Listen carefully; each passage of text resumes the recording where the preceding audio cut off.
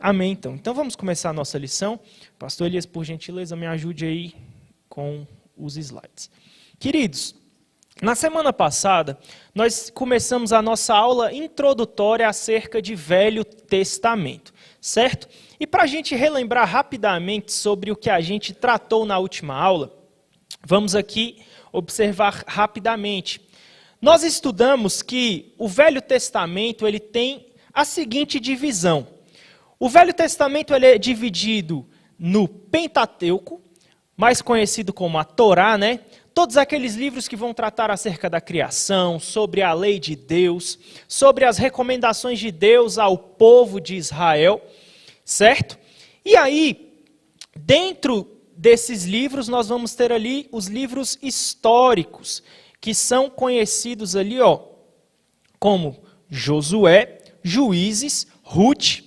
Dentro desses livros nós vamos ter a história mais militar de Israel, certo? A história de conquista da terra prometida, a história de juízes que foram levantados por Deus para cuidar do povo em um momento em que o povo vivia uma montanha-russa espiritual, de tal modo que quando um juiz se levantava, o povo estava na presença de Deus, o povo prevalecia contra os seus inimigos, e quando esse juiz morria, o povo acabava tendo uma decadência espiritual, era subjugado por outro povo, e a partir desse momento eles clamavam a Deus, e Deus levantava outro juiz para que libertasse o seu povo. E aí nós temos também o livro de Ruth. Logo depois, ainda ali nos livros históricos, nós temos os livros que tratam sobre o período da monarquia, o período em que justamente a monarquia ela inicia, o período da decadência da monarquia, de tal modo em que a idolatria toma conta ali, né, do povo, né? E depois nós temos aí toda essa idolatria culminando no momento ali do exílio, né? E aí nós temos Esdras, Neemias e Ester. Só que aí, meu irmão, nós também vimos que nós temos os livros de poesia, mais conhecidos também como livros de sabedoria. E dentro dos livros de poesia, os livros de sabedoria, está o livro de Jó, que no decorrer de todo esse final de ano aí, né, de agosto para frente, nós estaremos estudando na nossa revista.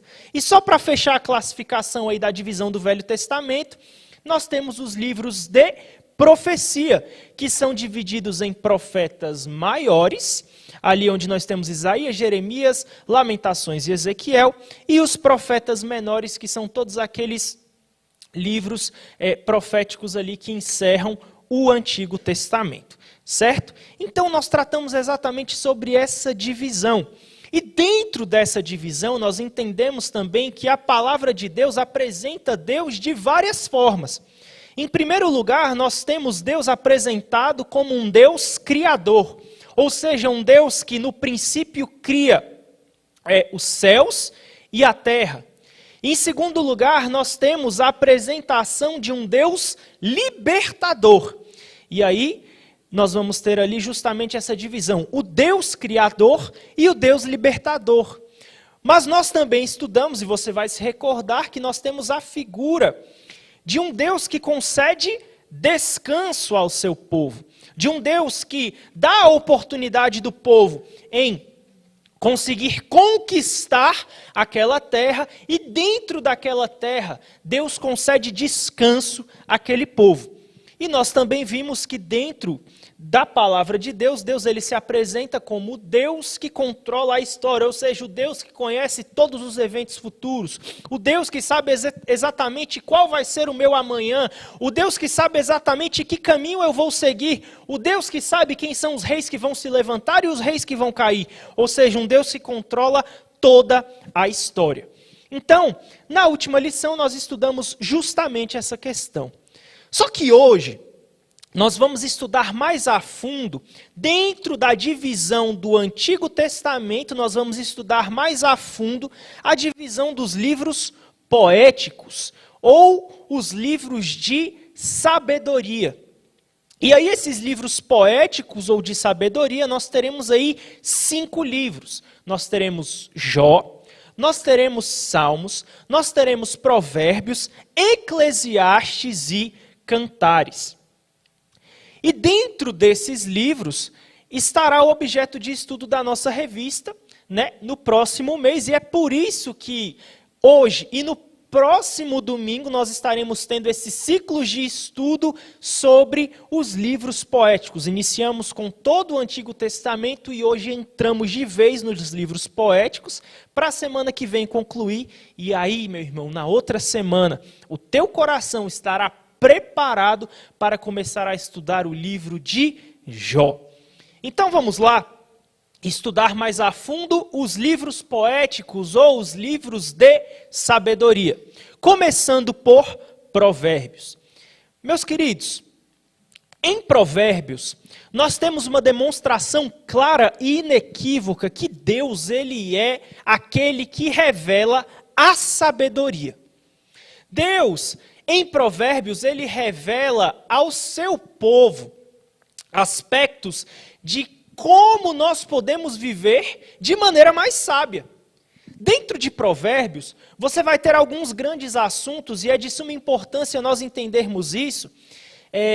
Todo o embasamento para essa parte da nossa lição vai estar ali em respostas.com.br tá ali livro de Eclesiastes, mas na verdade é livro de Provérbios, tá?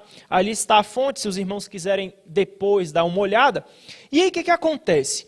Dentro do livro de Provérbios, nós vamos ter a palavra de Deus tratando sobre diversos assuntos. Você vai ter a palavra de Deus tratando sobre a amizade. Você vai ter a palavra de Deus tratando sobre o trabalho. Você vai ter a palavra de Deus tratando sobre a família. Você vai ter a palavra de Deus tratando sobre os seus relacionamentos. Você vai ter a palavra de Deus tratando sobre uma questão que até hoje causa muito problema para o homem, né? Que é o dinheiro. Afinal, o próprio Cristo olhou para a gente e disse, olha, ninguém pode servir a dois senhores. Porque ou você vai amar mais a um do que ao outro. E nesse momento, Cristo estava tratando justamente sobre o Deus Mamon, o Deus do quê? Do dinheiro, né? Você vai ter em Provérbios tratamento sobre o caráter, tratamento sobre a saúde. Enfim, nós vamos ter Provérbios tratando sobre inúmeras situações que o homem precisa de sabedoria. Afinal, quem não precisa de sabedoria para viver as suas relações interpessoais ali, para conviver com seus amigos? Quem não precisa de sabedoria para viver ali dentro do seu ambiente de trabalho, a fazer as coisas do modo como Deus quer, Deus espera? Quem não precisa de sabedoria em relação ao trato com a família? Quem não precisa de sabedoria em relação a como cuidar das suas finanças? Ou a como ter um caráter e uma reputação ilibada? A cuidar da própria saúde? Então, Provérbios, ele vai revelar da parte de Deus sabedoria ao homem para diversos e diversos assuntos, através da sabedoria divina que somente Deus é capaz de entregar ao homem. Só que a gente não para por aí. Dentro de Provérbios, nós vamos ter uma característica muito importante. E eu preciso que você perceba comigo essa característica. Em Provérbios, nós vamos observar que existe uma pura poesia hebraica. E como é que era essa poesia hebraica?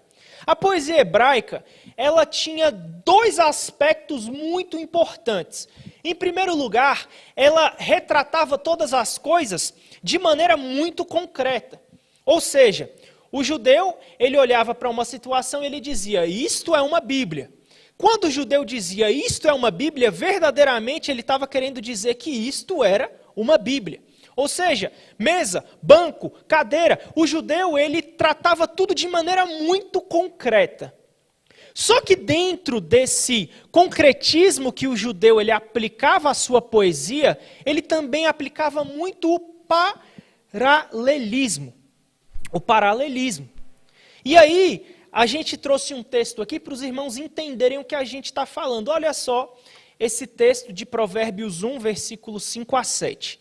O texto diz o seguinte, o sábio ouvirá e crescerá em quê? Conhecimento. Então, quando eu leio um texto como esse, qual é a conclusão que eu chego? O sábio, ele senta para ouvir E através disso, o seu conhecimento é adquirido. Ele cresce em conhecimento. Sim ou não? Sim, eu consigo entender de fato que o conhecimento vem através de o quê? De ouvir. Só que aí, o escritor de Provérbios, ele gosta de usar o que a gente trata como paralelismo. E o que é esse paralelismo? Olha só, ele diz aqui o seguinte: o sábio ouvirá e crescerá em conhecimento, mas os loucos desprezam a sabedoria e a instrução. Ou seja, você está vendo que o texto de Provérbios está fazendo aí um paralelo entre o sábio e o louco? E em Provérbios você vai ter muito isso, meu irmão. Você vai ter a figura do prudente e do imprudente.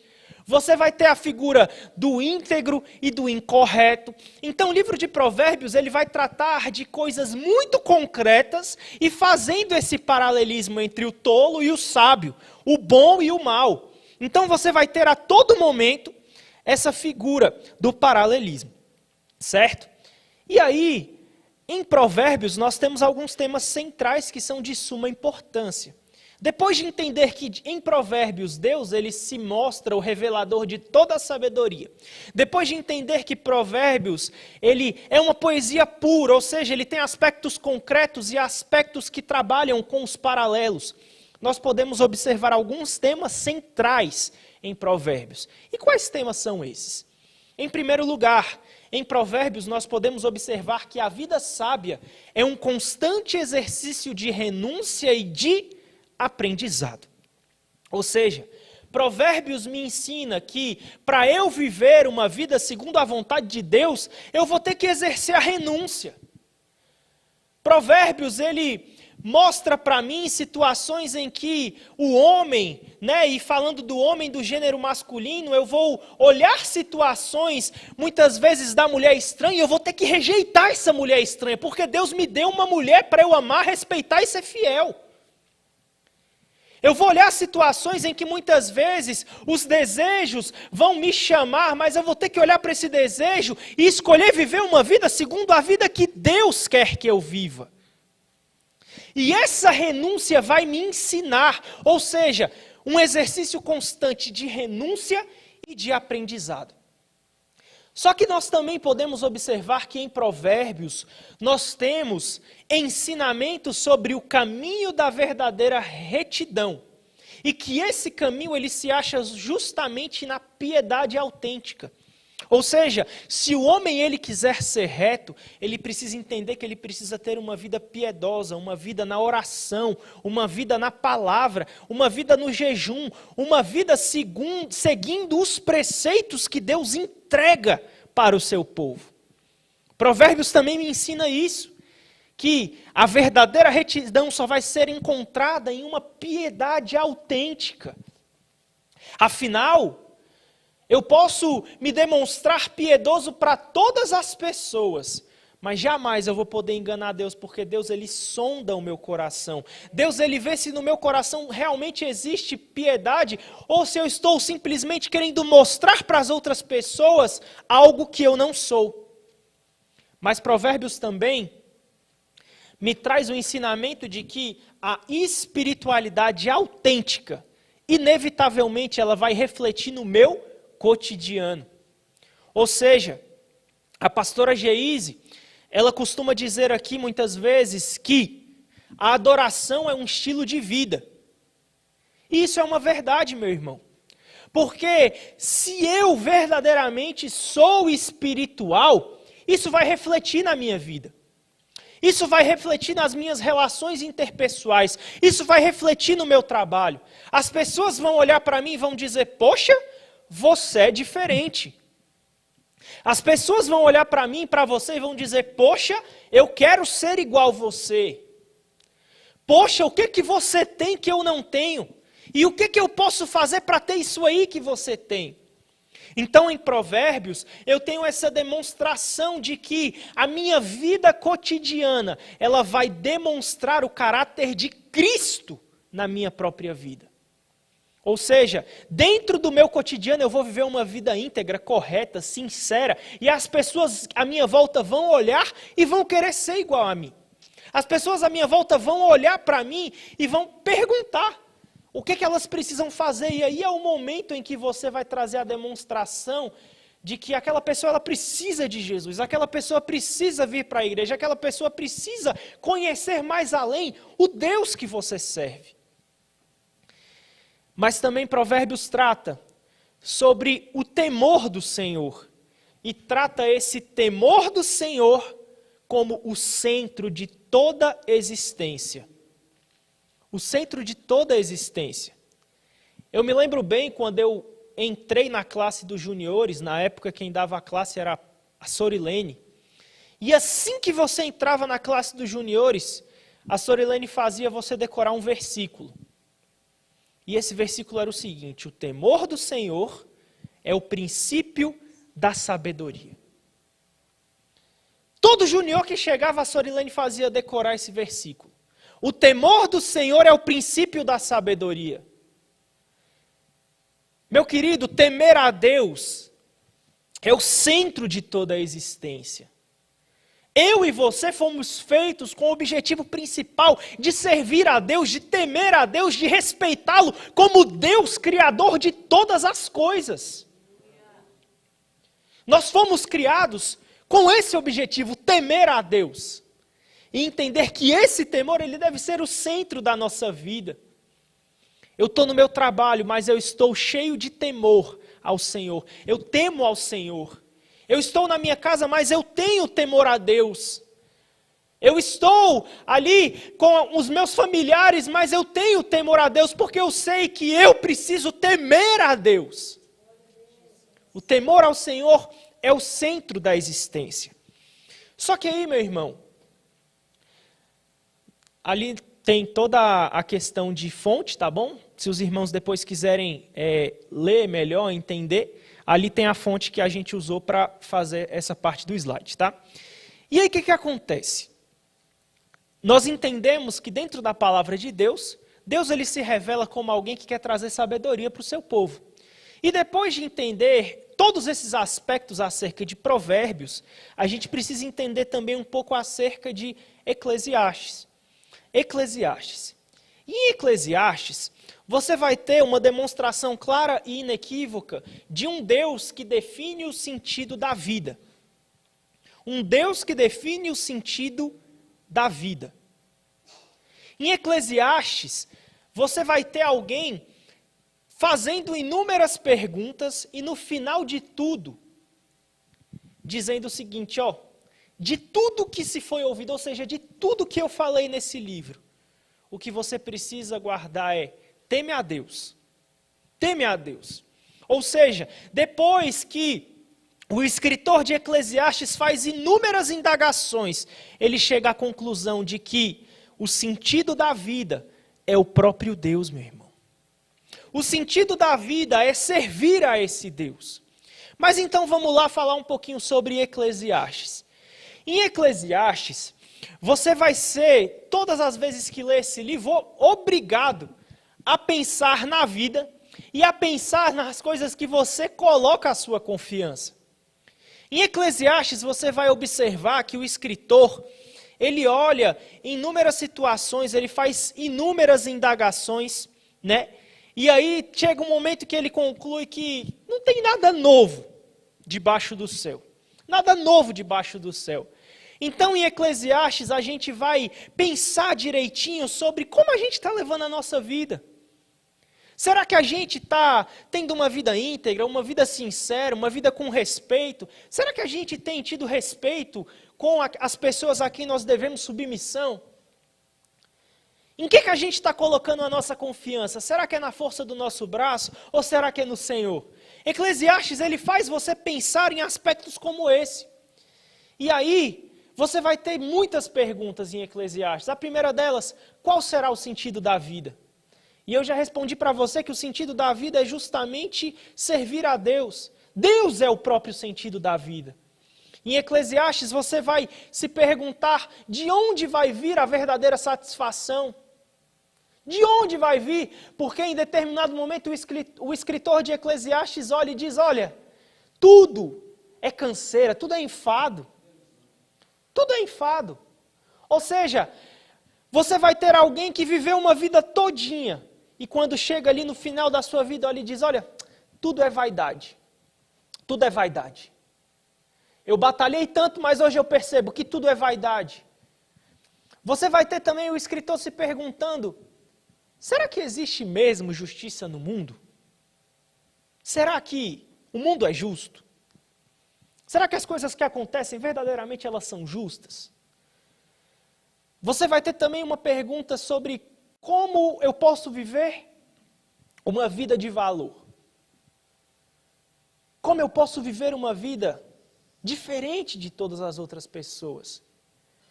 E aí, dentro de Eclesiastes, entendendo que o tema central é justamente de um Deus que define o sentido da vida, eu também vou ter alguns temas centrais, tal qual Provérbios.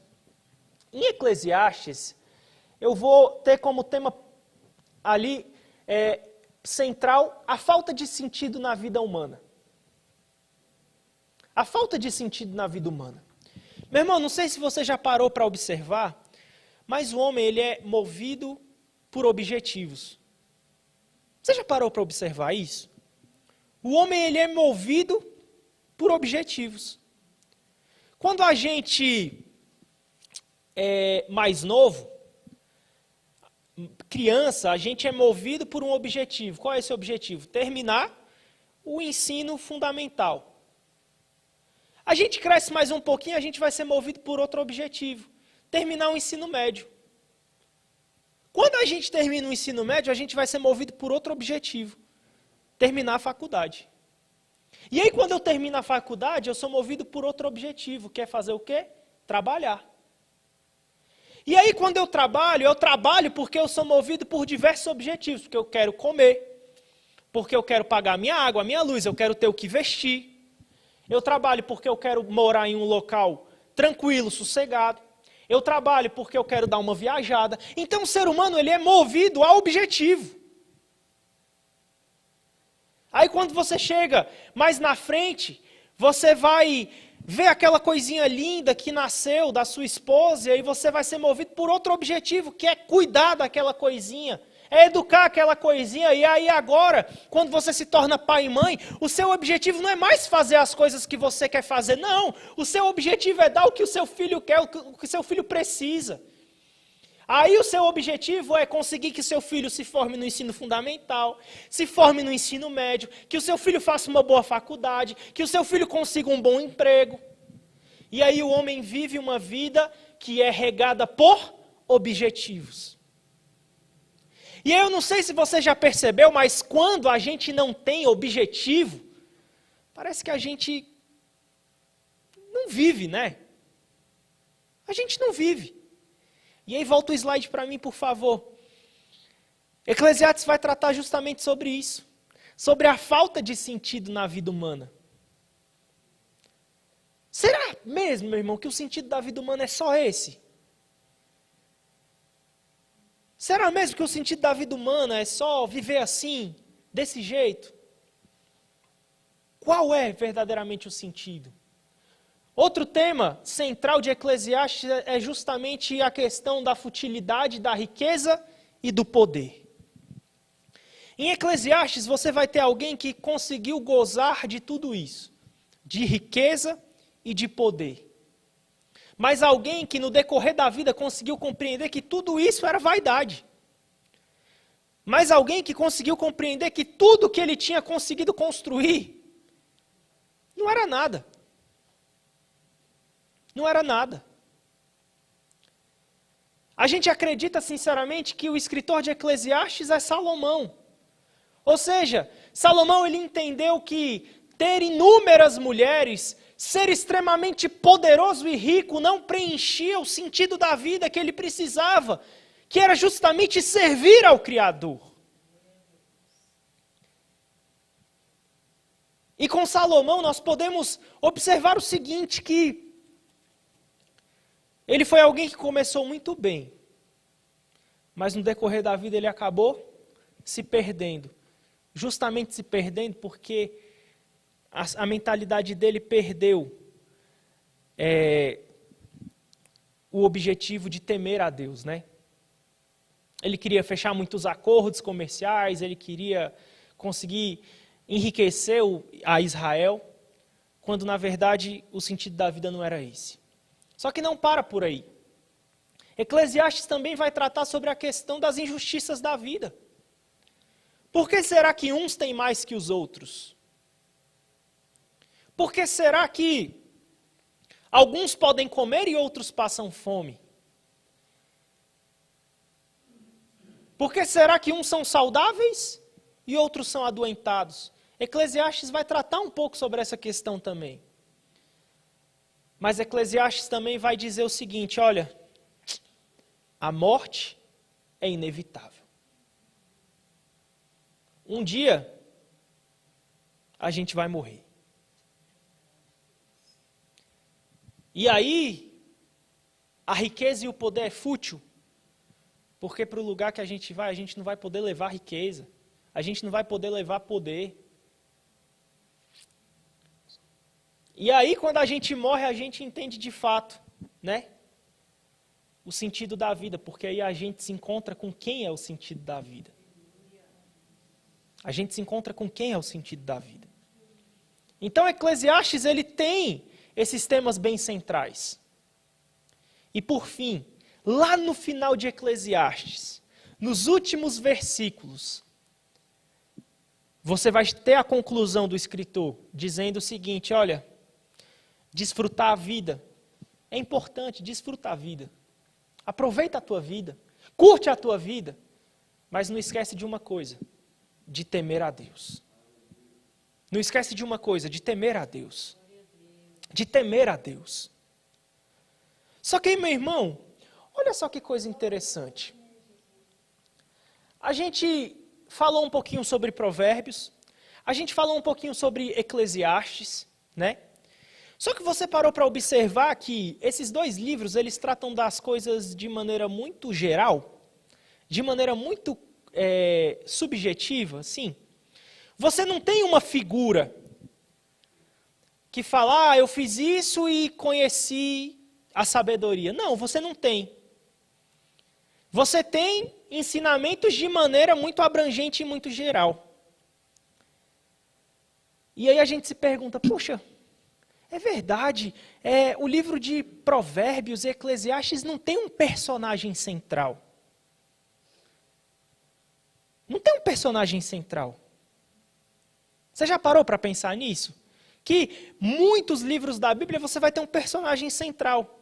Ou seja, no Novo Testamento, quem são os personagens centrais? Nos evangelhos eu tenho de maneira muito clara Jesus como personagem central.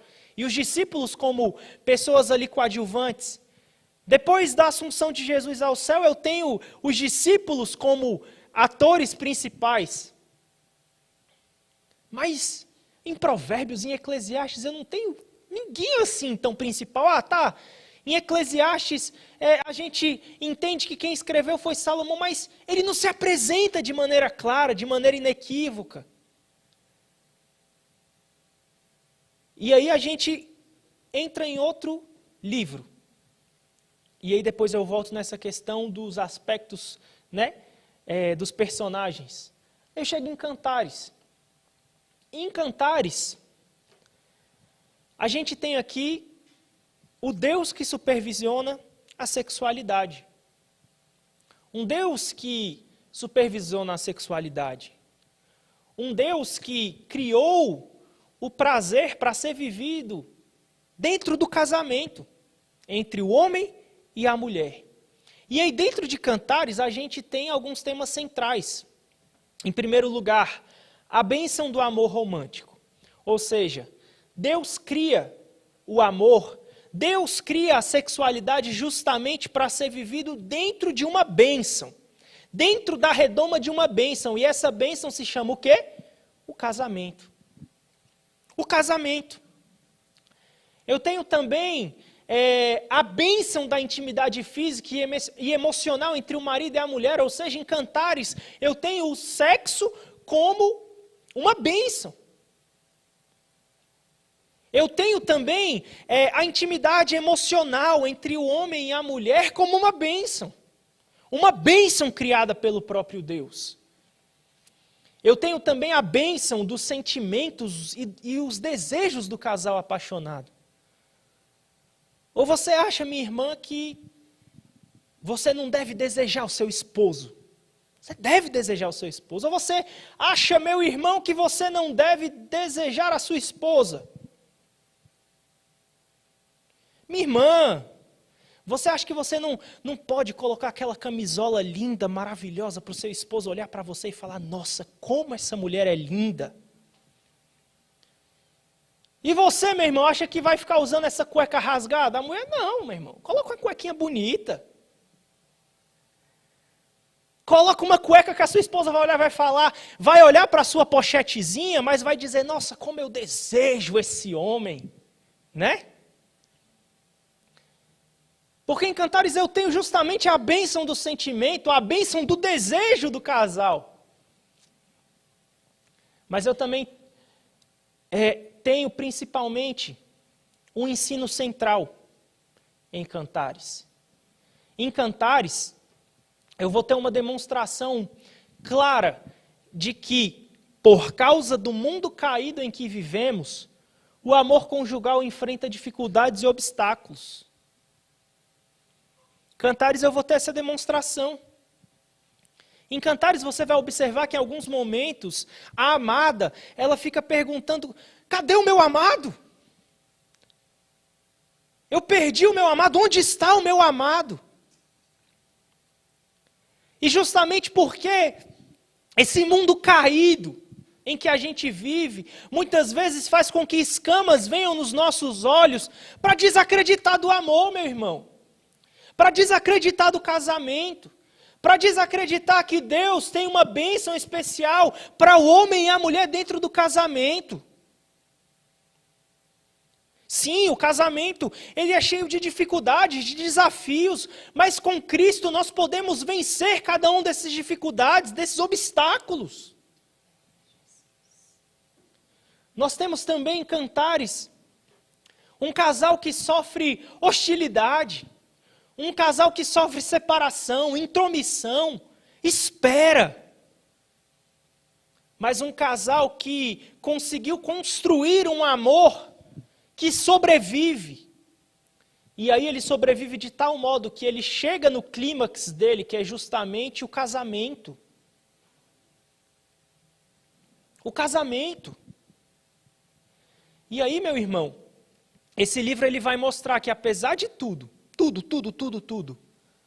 o amor, ele é uma bela fonte de contentamento. Quando eu amo, eu tenho contentamento. Eu olho para o meu cônjuge, eu olho para tudo que a gente conseguiu construir, o meu coração se alegra em saber que Deus, por sua infinita misericórdia, nos abençoou. E por isso nós vivemos contentes. Nós vivemos alegres, nós vivemos felizes. Então, dentro de Cantares, nós vamos ter justamente um Deus que supervisiona a sexualidade. Cantares, você vai aprender que você precisa elogiar o seu cônjuge. Você precisa tratar ele com carinho. Você precisa fazer demonstrações a ele de afeto e de amor. É claro que hoje, meu irmão, você não vai chegar na sua esposa e vai dizer, nossa, você é tão bela quanto as éguas de Faraó. Né? Porque naquela época isso fazia sentido. Que as éguas de Faraó realmente eram muito bonitas, né? E para a mulher, receber um elogio desse era algo muito grande. Mas hoje você não vai chegar nisso. Porque, primeiro, nem tem mais Faraó. Né? E nem tem como mais você encontrar uma égua de Faraó. Então, elogie a sua esposa, meu irmão. Minha irmã, elogia o seu esposo. Se você está achando que tem alguma coisa nele que não está muito legal, leva ele no dentista, né? Leva ele no endocrinologista para fazer uma dietinha. Mas ame esse homem com um amor que o próprio Deus entregou para você. Marido, ame essa mulher com esse amor que o próprio Deus entregou para você. Porque Deus, Ele abençoou o casamento, meu irmão. E Cantares, ele nos demonstra justamente isso, que Deus, ele olha com amor e carinho para o casamento. Só que aí não para por aí. Depois de Cantares, a gente também tem Salmos.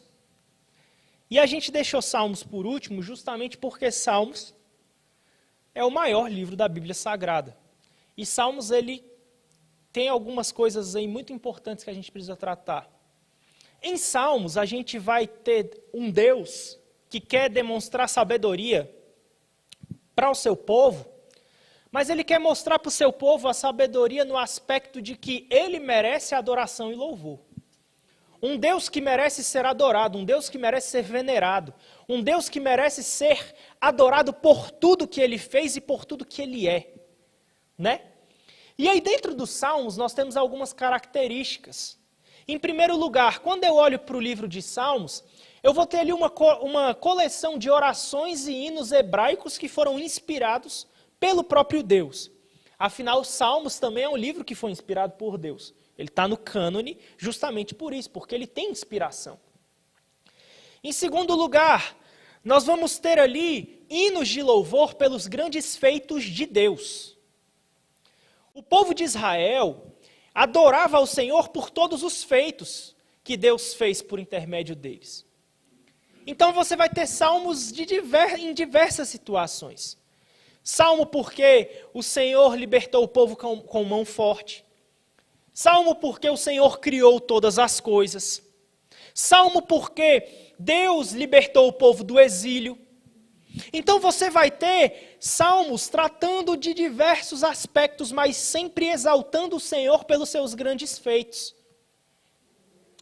Nós também podemos dizer que nós vamos ter salmos que vão ser lamentos, em momentos em que o povo está derramando o seu coração em um tempo de angústia. Ou você não se recorda daquele salmo que diz: por que está abatida, ó minha alma? Por que te perturbas dentro de mim? Ou seja, você vai ter um salmo em que o salmista está passando por essa situação de angústia, por essa situação em que ele lamenta diante de Deus, mas ele conclui dizendo: espera em Deus, porque eu ainda o louvarei. Espera em Deus, porque eu ainda o louvarei. E aí, meu querido, quais são as características dos salmos? Os salmos, eles são exatamente poemas musicais. Ali é poesia pura. Poesia pura. Eles são intencionalmente emotivos para que quando o povo estivesse ali naquele momento, eles conseguissem se envolver emocionalmente com aquela canção. Afinal, todo mundo que estudou música, que a música é o quê? A arte de demonstrar sentimentos. É isso, né, Del? A arte de demonstrar sentimentos através de notas musicais, através de acordes, de sons. Isso é a música. Eu demonstro as minhas emoções através da música. Então, os salmos, eles vão ser justamente intencionalmente emotivos por causa disso. E olha, mais de 1/3 do Antigo Testamento é poesia. E a maior parte dela aparece no livro de Salmos. Então, em Salmos eu tenho isso, eu tenho os poemas musicais, eu tenho poemas emotivos que são apresentados justamente por intermédio da música. Só que olha só, a título de curiosidade, olha só que coisa interessante aqui a gente tem. Você aí, nessa subdivisão de livro 1, livro 2, livro 3, livro 4 e livro 5, você vai ter no livro 1, Salmo do 1 ao 41, no livro 2, o Salmo 42 ao 72, no livro 3, o Salmo 73 ao 89, no livro 4, Salmo 90 a 106 e no livro 5, Salmo 107 até o Salmo 150. De forma que no livro 1, a gente vai ter 41 salmos. E dentro do livro 1, esses 41 salmos, a maioria deles, eles são de Davi. No livro 1, o nome mais utilizado para fazer menção acerca sobre Deus é justamente Jeová, ou Senhor. E dentro do livro 1, você vai ter o ser humano e toda a criação. De tal modo que, dentro do Pentateuco, o livro 1 ele vai se assemelhar justamente com o quê? Gênesis. O livro 2, você vai ter aí um conjunto de 31 salmos, de modo que a maioria desses salmos vão ser de Davi e dos filhos de Corá. Dentro desses salmos, você vai ter Deus sendo chamado predominantemente de Elohim, ou Deus, né? E dentro dos temas, você vai ter salmos tratando sobre livramento e redenção. E aí, dentro do comparativo com o Pentateuco, você vai ter o Êxodo. Já no livro 3, que nós vamos ter um conjunto aí de 17 salmos, sendo a grande maioria salmos de Asaf, você vai ter Deus sendo apresentado como Elohim, você vai ter adoração, né? Adoração ali no santuário, de modo que esse terceiro livro de Salmos, ele se assemelha muito com o Levítico. O livro 4, do mesmo modo, eu vou ter ali um total de 17 salmos. A maioria desses salmos de autoria desconhecida, de modo que Deus é apresentado como Jeová, ou o Senhor, e aí você vai ter ali justamente um tema frequente de deserto e os caminhos de Deus, onde esses salmos aí, esse quarto conjunto vai se assemelhar muito com Números. E por fim, você vai ter o livro 5, né, que tem um conjunto aí de 44 salmos, de modo que a maioria deles tem Davi como autor, e a outra parte deles uma autoria desconhecida. O salmista que apresenta Deus como Jeová, o Senhor. E aí nós vamos ter a palavra de Deus e o seu louvor, que se assemelha muito a Deuteronômio. E aí você pergunta, irmão, isso foi feito de maneira, coincidência? Não. O judeu ele era extremamente organizado. E ele, qual é a referência do judeu? É o Pentateuco. O judeu ele tem como referência o Pentateuco. E essa divisão aí de salmos que a gente tem, ela foi feita justamente usando como referência o Pentateuco. É por isso então que o livro 1 vai se assemelhar a toda a narrativa de Gênesis. É por isso então que o livro 2 dos Salmos vai se assemelhar a toda a narrativa de Êxodo, o 3 a Levítico, o 4 a Números, o 5 a Deuteronômio. Isso aí eu estou trazendo mais a título de curiosidade, porque é bem interessante isso, né? Se a gente só passar lendo os Salmos, a gente nunca vai pensar sobre isso. Então, assim, é algo muito interessante para a gente tratar. E aí, toda essa tabelinha você encontra ali, ó, na Bíblia de Estudo Pentecostal. É uma Bíblia de produção da CPAD, né? Produzida ali no Rio de Janeiro, mais especificamente na página de número 813. Se na sua casa você tiver a Bíblia Pentecostal, abre lá, se for a mesma edição, né, dessa Bíblia, lá na página 813 você vai ter acesso a essa tabelinha aí. E aí, meu irmão, retornando aí à nossa divisão, para a gente não esquecer com exaustão, a gente recordou aí toda essa situação e a gente observou que os livros de poesia, os livros de sabedoria, eles são riquíssimos, são riquíssimos. Mas aí a gente chega justamente à indagação que eu te fiz. Olha só, nesses livros a gente tem um Deus que está concedendo sabedoria. Sim ou não? Sim, um Deus que concede sabedoria. Mas olha só as perguntas que eu tenho para você. Nesses livros, você tem algum caso concreto? Não. Você não tem um personagem ali que você diz, esse personagem passou por isso. Não. Nesses livros, você tem algum fato real? Não. Você não tem um fato real de alguém que passou por uma situação adversa? Não. Eles são livros de sabedoria, eles são representados de maneira extremamente genérica. Você tem algum drama verídico? Algum personagem que passou por alguma angústia, alguma insatisfação, algum problema? Não, você não tem.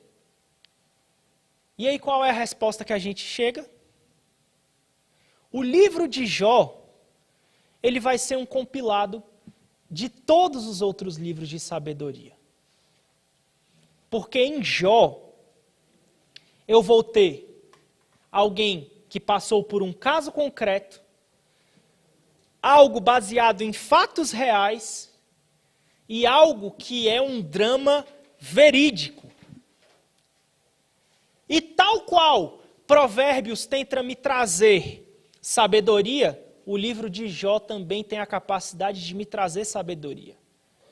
Tal qual Eclesiastes me traz a definição do sentido da vida, o livro de Jó também tem a capacidade de me trazer a definição de qual o sentido da vida.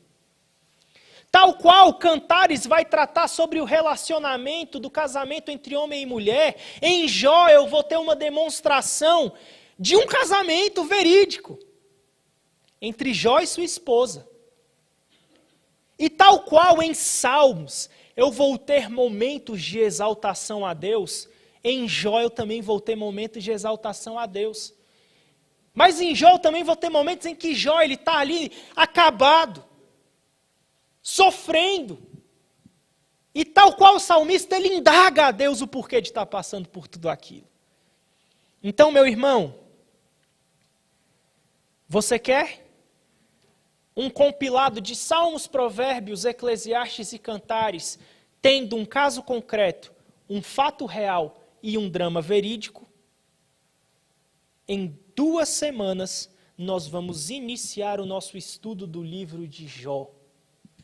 Não perca, porque se todos esses aspectos introdutórios fazem a gente ficar pensando um pouquinho sobre toda essa situação, eu te garanto que o livro de Jó, ele vai te fazer pensar muito mais. Porque quando a gente tem algo concreto para vislumbrar, a gente consegue aprender muito mais, sim ou não? Então, em Jó, nós vamos aprender muito sobre essa situação. Amém? Curve sua cabeça, vamos orar nesse momento. Se puder voltar aqui para mim, por gentileza. Senhor, meu Deus e meu Pai, nós te louvamos, Pai, pela Tua palavra. Te louvamos por tudo que o Senhor nos deu, por tudo que o Senhor nos entregou. Muito obrigado, Pai, pelos livros de sabedoria, os livros poéticos. Muito obrigado, Pai, porque o Senhor tem uma preocupação em salvar o homem, mas o Senhor também se preocupa em demonstrar ao homem como de fato viver com sabedoria, com inteireza de vida. Nos ajuda a compreender os teus propósitos, os seus desígnios, e esteja conosco todos os dias, porque sem ti, Pai, a nossa vida não tem sentido. Sem ti, a nossa vida, Pai, ela é uma vida sem objetivos. Porque contigo nós temos um objetivo principal, que é te encontrar um dia nos céus. Então que nós possamos compreender que, acima de ter uma boa formação acadêmica, acima de ter uma casa confortável, um carro do ano, acima de tudo isso, o nosso principal objetivo é um dia se encontrar contigo. Nosso principal objetivo é estar nos céus contigo, então nos ajuda a entender isso e a valorizar, Pai, a valorizar a Tua presença. Nós te louvamos por tudo em nome de Jesus. Amém e amém. Meu irmão, o desafio está lançado. Essa semana, leia o livro de Jó, mas claro, sem deixar de participar da leitura bíblica diária. Leia o livro de Jó quantas vezes forem necessárias. Leia 1, 2, 3. Nós ainda temos 2 semanas para iniciar o livro de Jó. Então leia, aprenda, guarde no seu coração tudo isso, porque Deus ele tem coisas grandes e maravilhosas para falar com cada um de nós. Amém?